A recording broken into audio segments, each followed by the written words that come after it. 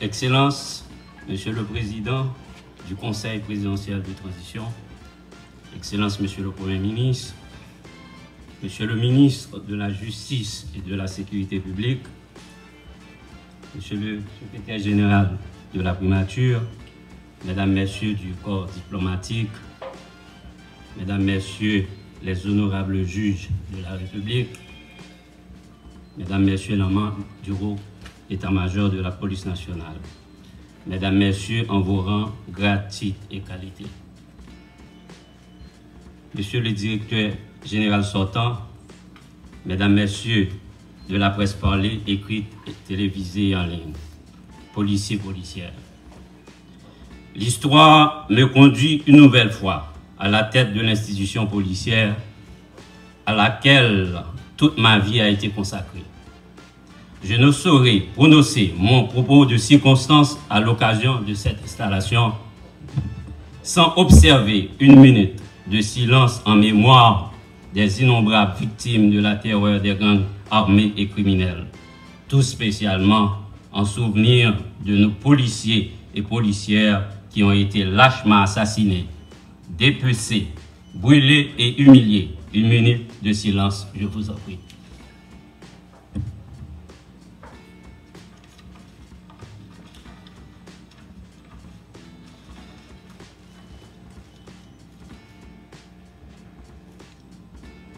Ok, merci.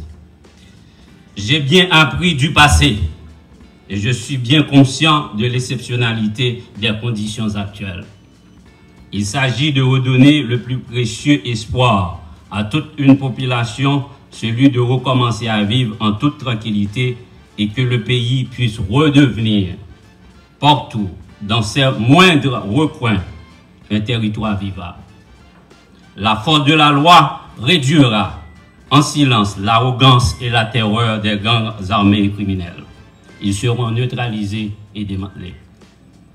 J'adresse mes remerciements à l'excellence, le président du Conseil présidentiel et les membres du Conseil présidentiel de transition, le Premier ministre, Dr Gary Coney, pour la confiance placée en moi.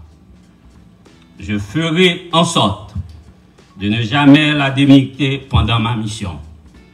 L'orientation et les objectifs qui me sont prescrits pour le rétablissement de l'ordre public, de la sécurité publique, seront ma principale boussole. Nous connaissons et puis nous conscients dans qui trahit population. C'est plusieurs milliers de monde, bandits criminels, assassinés. C'est dividal femmes actives qui violées. C'est plusieurs dizaines de milliers de monde qui quittent Caillou, qui décapitalisé. C'est l'économie pays, paysans qui finit de pas fini. C'est l'école, l'hôpital, l'université qui démantelé ou bien qui pas qu'à fonctionner. L'islam calong, nous accepter retourner la responsabilité. Nous pas qu'à dire, nous pas te connaître. Nous connaissons tout le temps, c'est pour action. Nous pas ni pour nous traîner pied, ni pour nous trop presser. La police et la population doivent seul pour mener combat. Et c'est ensemble n'a qu'à porter la victoire. Sem, frère, dames policiers, moi sorti dans l'entraille la police là. Il y a 29 l'année. Moi j'ai même quantité l'année ça en dans lui. Moi connais souffrance yo. Moi vivre en mauvaises conditions yo. Sacrifice la vie nous vin pilou chaque jour. Bandits et criminels pas qu'à continuer touyer nous, racher nous, à bouler nous, j'en voulais. Mais moi ça qui déjà tombé, pas doué, jamais effacé l'institution la police là.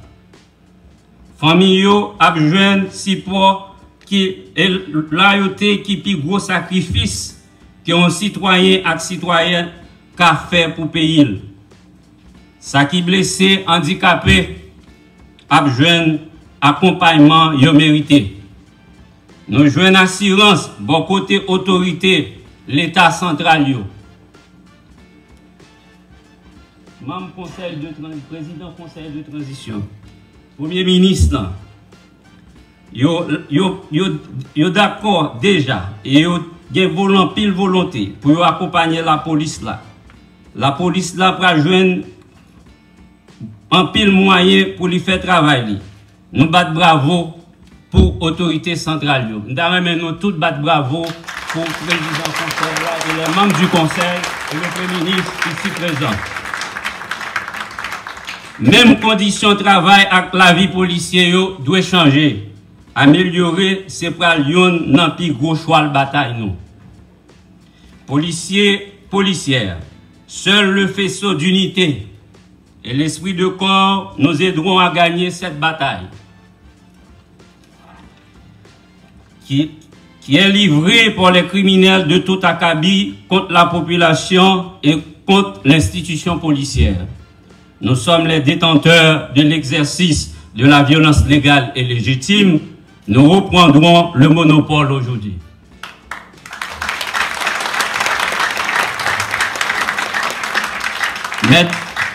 Mesdames, Messieurs, la mission de la PNH est de servir et protéger, s'inscrit plus globalement aujourd'hui dans le cadre de la lutte contre l'impunité et la corruption. Ce fléau fait progresser dans le pays des trafics de tout genre, en particulier le trafic d'armes, de munitions et de drogue. La PNH sera en première ligne et le bras armé de la justice pour mener ce combat.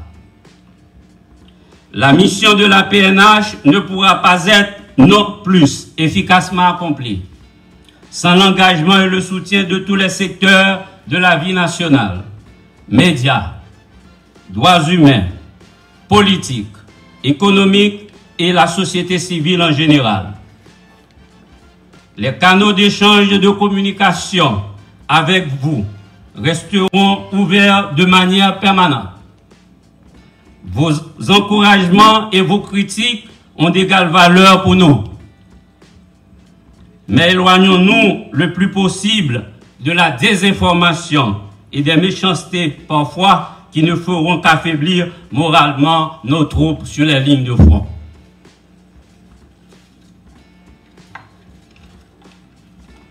Le Premier ministre, Dr Gariconi, le chef du CSPN, a eu à souligner que la restauration d'un climat sécuritaire doit rendre favorable la tenue des élections démocratiques et libres dans le pays.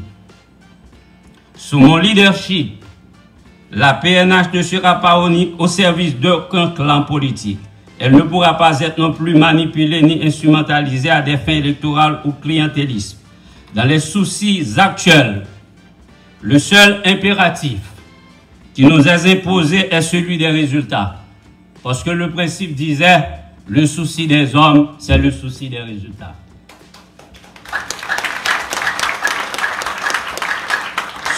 Seul le travail acharné le rendra atteignable. Et la mobilisation doit être à la fois nationale, institutionnelle, organisationnelle, internationale et citoyenne. Mettons-nous toutes et tous au travail. Je vous remercie.